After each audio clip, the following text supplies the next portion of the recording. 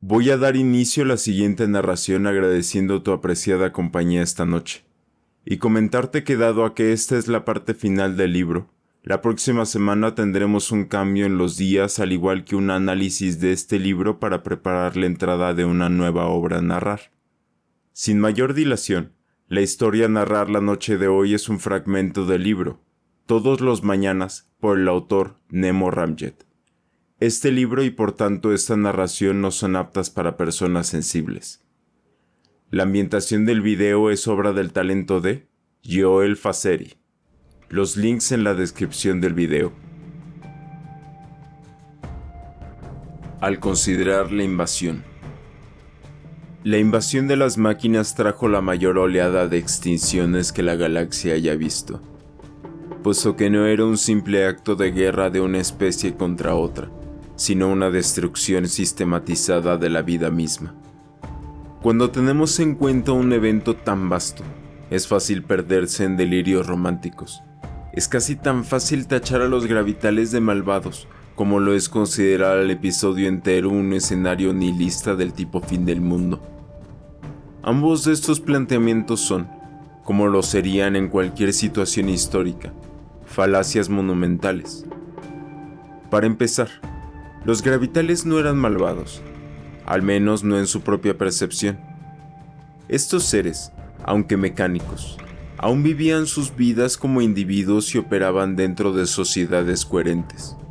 Habían sacrificado su herencia orgánica, pero en sus mentes no eran fríos, calculadores motores de verdaderas máquinas. Incluso después de acudir y, por muy increíble que pueda sonar, una familia y un círculo de amigos por los cuales sería afecto genuino. A pesar de estar dotados con compasión, su duro trato hacia los orgánicos fue resultado de, como mencionado antes, una simple inhabilidad de entender su derecho a vivir. Además, los gravitales no constituían una singular, indivisible totalidad cuyo único propósito era el de destrozar el universo.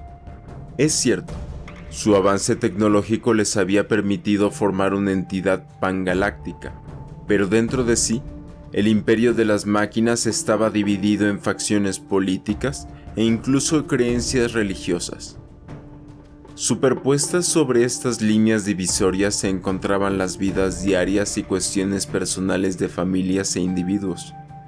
Como cualquier ser sensible, tenían un sentido de identidad y, por tanto, agendas diferentes.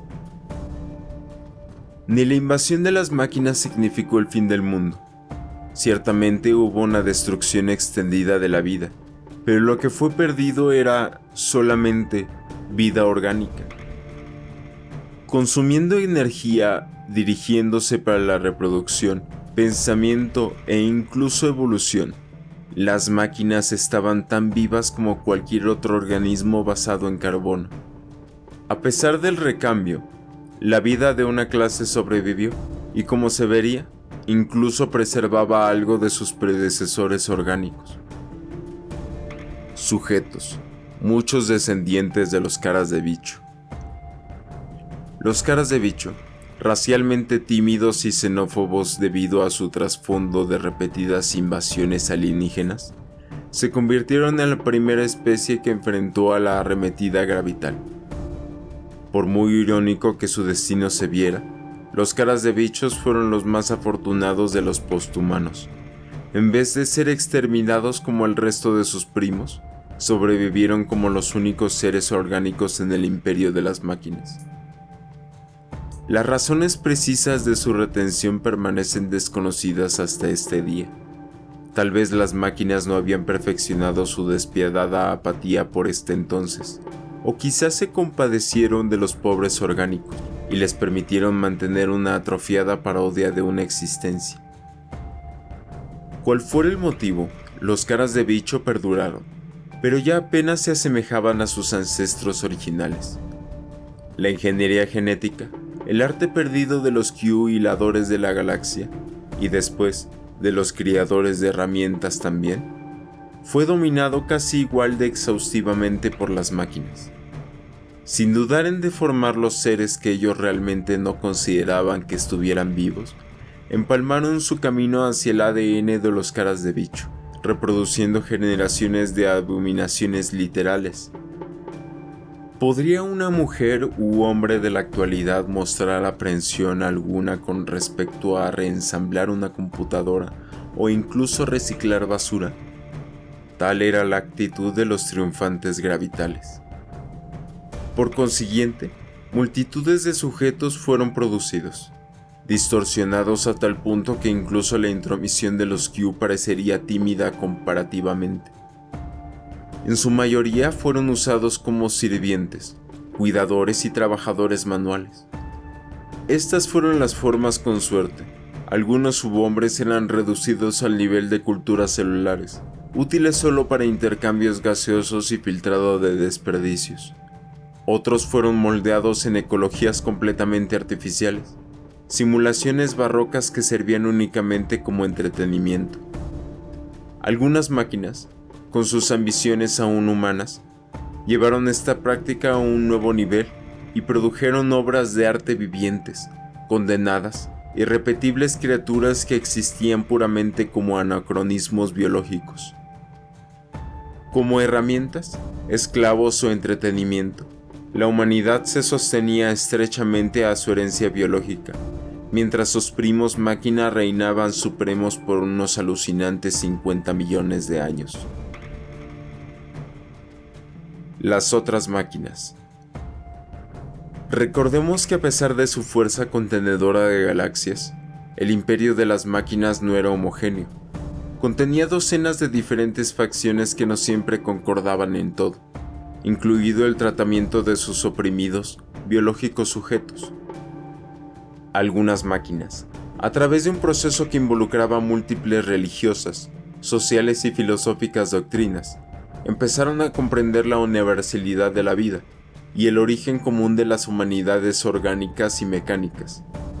Inicialmente tales individuos vivían en aislamiento u ocultaban sus creencias del mundo, secretamente diseñando sus linajes de sujetos que podrían vivir, moverse y pensar tan libremente como ellos.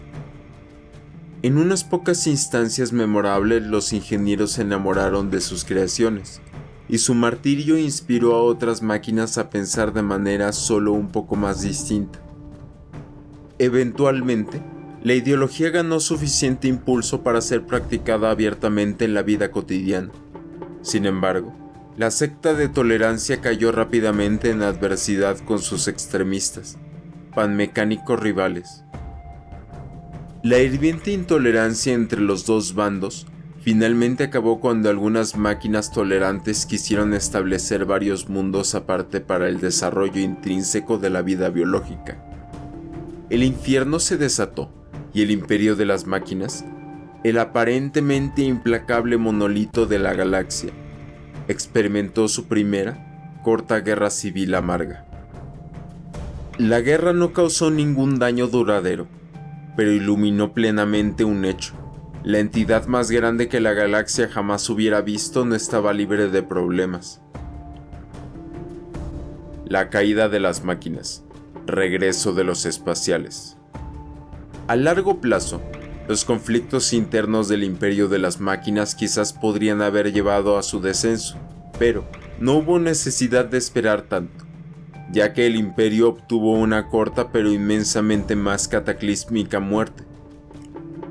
Por un largo tiempo, el imperio de las máquinas y el asteromorfo se habían estado observando el uno al otro nerviosamente. No se habían topado aún con enfrentamientos abiertos, puesto que los asteromorfos se mantenían mayoritariamente en sus arcas del espacio exterior, y el imperio de las máquinas ocupaba los planetas. En casi todo el sistema solar habitable de la galaxia, la misma tensión invertida se acumuló entre los seres orgánicos que vivían en el vacío y las máquinas que habitaban en los mundos perfectamente terrestres. El poder estaba igualmente balanceado entre los dos imperios rivales. Asimismo, este balance involucraba fuerzas lo suficientemente poderosas para destruir planetas masivamente.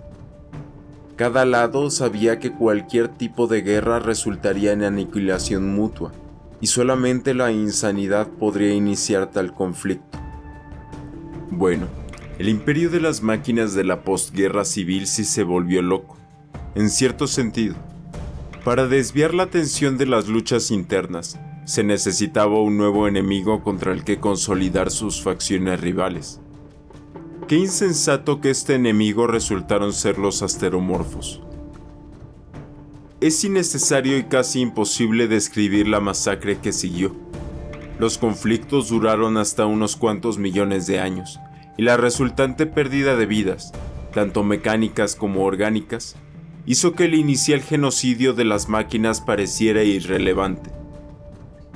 Cuando el polvo cósmico se estableció, los ganadores se mostraron a sí mismos.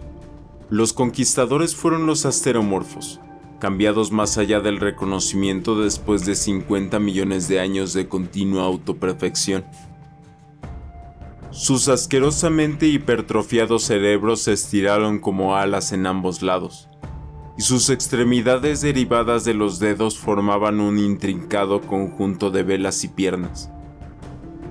Dotados con tecnología superior y paciencia infinita, estos seres casi destruyeron a las máquinas por completo, a pesar de perder un sustancial número de su propia especie. El conflicto también introdujo a los asteromorfos en los asuntos de sus por mucho tiempo olvidados primos humanos. Por muy imposible que pareciera, algunos sujetos de las máquinas habían sobrevivido al suplicio. Ahora, los asteromorfos ya no podrían hacer la vista gorda. Con las máquinas ausentes, dependía de los asteromorfos limpiar en pos de ellos.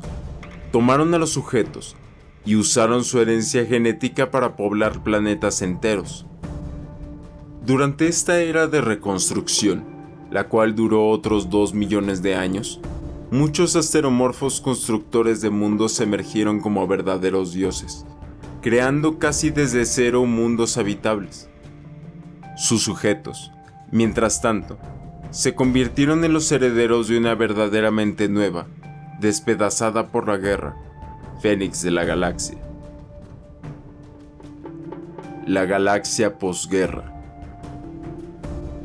Al repoblar mundos perdidos, los dioses asteromorfos también tomaron medidas para asegurar la continua seguridad de sus creaciones. El abrupto ascenso de las máquinas había mostrado que si no se regulaba cuidadosamente, la abundancia de las estrellas podría siempre albergar a una raza de usurpadores pangalácticos. Los asteromorfos, vigilantes pero siempre transparentes, no querían interferir directamente. En cambio, produjeron versiones terrestres de su propia clase regular en la galaxia. Adaptaron sus delicados, etéreos dedos en extremidades parecidas a las de una araña, y disminuyeron considerablemente sus cerebros para reajustarse a los rigores de la gravedad. La resultante actividad complementaria fue una atrofiada para los estándares de los asteromorfos, pero aún así produjo semidioses en cada sentido de la palabra. Estos seres, conocidos regularmente como los espaciales terrestres o simplemente como los terrestres, nutrían y controlaban el desarrollo de las civilizaciones posguerras en muchos planetas. Actuaban como cuidadores, profetas, reyes y emperadores, pero también como parcas cuando la ocasión lo dictaba. Por supuesto, el proyecto no siempre prosiguió tan fluidamente como fue planeado. La mayor parte del tiempo las recién nacidas razas se negaban a acatar a sus mentores, y en diversos casos incluso se rebelaban en su contra. No es necesario decir que este crimen era siempre castigado con una veloz extinción. Por otra parte, incluso los terrestres simplemente jugaban a ser Dios, tejiendo regiones inventadas sobre sí mismos para explotar descaradamente a sus sujetos. No era ético o siquiera productivo, pero este método parecía garantizar mayor estabilidad que verdaderamente intentar educar a las nuevas razas. De esta manera u otra, la sensibilidad orgánica reclamó su dominancia en la galaxia. El nuevo imperio, manejado por los terrestres, poblado por una miríada de descendientes de los sujetos, y últimamente supervisado por los omniscientes asteromorfos, logró un mayor progreso y una calma más duradera en la galaxia que la de todos sus predecesores combinados. Las nuevas máquinas. Mucho después de su caída de la gracia, las máquinas aún se aferraban a la existencia. Durante las secuelas iniciales de la guerra, los asteromorfos habían planeado exterminar hasta la última de ellas, solo para descubrir que las máquinas eran simplemente demasiado útiles como para ser destruidas. Por millones de años habían perfeccionado la interfaz entre mente y máquina a tal medida que podían vivir y operar en condiciones más inhóspitas. Tales seres, desprovistos de su poder de traspaso galáctico, harían contribuciones invaluables a la investigación y exploración en el nuevo imperio. Había un sentido de la justicia poética en todo esto. Las máquinas, quienes habían distorsionado a las formas de vida biológica a su antojo, fueron finalmente tratadas con un destino similar. Para empezar, los asteromorfos desecharon completamente su habilidad de manipulación gravitacional autocontenida, la misma fuerza que los había hecho invulnerables en primer lugar. Les otorgaron esperanzas de vida finitas e imaginación levemente entumecida para que la historia no se repitiera a sí misma. La naturaleza degradativa de estos cambios, sin embargo, no significó una regresión total. Contrario a sus ancestros, las nuevas máquinas fueron dotadas con cuerpos nanotecnológicos que podrían remodelarse a sí mismos continuamente, lo que significaba que podían venir en cada forma y tamaño imaginable, y luego otras que no. Un ciudadano mecánico podía vivir por un tiempo en el vacío del espacio, realizando investigaciones, y entonces transformarse en un cuerpo completamente diferente para unas vacaciones en un halo cometario, jungla tropical o un océano de metano. Él o ella haría el viaje personalmente, creciendo hiperimpulsores temporales y motores estatorreactores. A pesar de su asombrosa versatilidad, las máquinas nunca fueron tan comunes o prominentes, incluso después de aceptar por completo su rol como ciudadanos inferiores del nuevo imperio. Las más grandes guerras en la historia concebible habían infundido a los orgánicos con una profunda desconfianza hacia sus vecinos mecánicos, y las nuevas máquinas eran siempre tratadas con un grado de discriminación. Estos pecados de sus padres habían venido a encadenar a las más esplendorosas de todas las especies humanas. Segundo contacto. Con sucesivas olas de descubrimiento y la colonización ayudadas por las máquinas, el nuevo imperio creció exponencialmente. Tal era el crecimiento de riqueza y progreso que su descripción necesitaría el uso de conceptos que permanecen inexplorados al día de hoy. Hablar con un hombre de hoy sobre las idas y venidas del nuevo imperio sería similar a dar lecciones de geopolítica del siglo XX a un cazador-recolector. Esta magnífica entidad no era ciega al universo que la rodeaba. Afinaban su visión, oídos y sensores, e investigaban los eventos de las galaxias adyacentes. Los nuevos galácticos sospechaban que las nebulosas circundantes podrían también tener sus pueblos indígenas, y era sabio contactarlos antes de un malentendido o conflicto que pudiera ocurrir. Por un lado más oscuro, estas observaciones también servirían como miradores de potenciales invasores. Incluso entonces, la memoria de los Q no fue olvidada. El descubrimiento fue eventualmente realizado.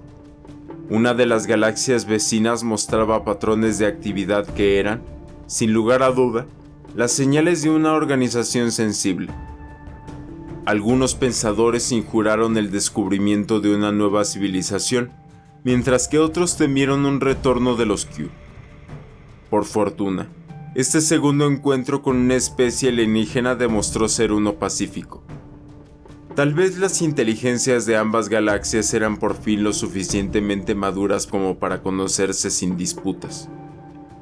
La otra galaxia era dominada por uniones asociadas de distintos seres, dirigidas por varios tipos de anficefali, extrañas criaturas que se asemejaban a serpientes gigantes con cabezas en ambos extremos, una de las cuales poseía un secundario, retráctil cuerpo que usarían para interactuar con el mundo. Aparentemente, habían sufrido series alternas de regresiones, radiaciones evolutivas y transformaciones genéticas autoimpuestas, justo como la humanidad. Tierra redescubierta. El propósito de este trabajo no es el de describir el progreso ilimitado que siguió al contacto del cruce galáctico. Uno podría ir indefinidamente narrando cómo las galaxias unidas reencontraron y sometieron a los Q, cómo contuvieron a sus soles con caparazones artificiales, multiplicando sus zonas habitables por 1.000 millones de años, cómo entrelazaron el espacio interestelar con agujeros de gusano e hicieron el viaje una cosa del pasado.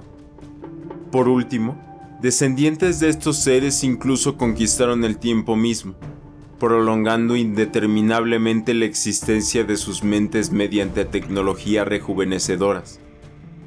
Por un tiempo, todos los hombres fueron dioses. Pero desde nuestro punto de vista, un descubrimiento realmente sobresalió a esta orgía de avances, comparado con los logros gigantescos como la dominación del espacio y la construcción de cascadas estelares. Era una mera irregularidad, una revelación de una trivialidad hace mucho tiempo olvidada. Este fue el redescubrimiento de la Tierra, el lugar de nacimiento de la humanidad, donde los omnipresentes asteromorfos, las máquinas planeadoras de estrellas y las millones de humildes razas residentes podrían rastrear sus orígenes. Fue realizado silenciosamente, por una única investigadora examinando los vestigios de la historia olvidada, década tras década.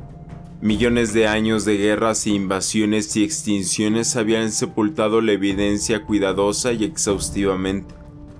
Cuando finalmente se topó con pruebas irrefutables, no había nadie cerca para celebrar. Eso vendría después. Regreso. El descubrimiento provocó una cierta cantidad de interés, aunque no tanto como otros progresos habían logrado. Para la mayoría de los humanos en el cosmos, su lugar de nacimiento ancestral era simplemente un pedazo de información interesante, un fragmento de trivia con el cual habían perdido todo lazo. Aún así, una nave fue enviada y aterrizó sin ceremonia, puesto que ahora no había inteligencia restante en la Tierra. Muy alejada de los principales centros poblacionales, había sido completamente ignorada, convertida en anquilosada y salvaje, pero aún así era hogar. Cuando los exploradores salieron, los pies humanos pisaron una vez más la vieja tierra, después de una ausencia de más de 560 millones de años. La humanidad estaba de vuelta en casa. Todos los mañanas. Debo concluir mis palabras con una confesión.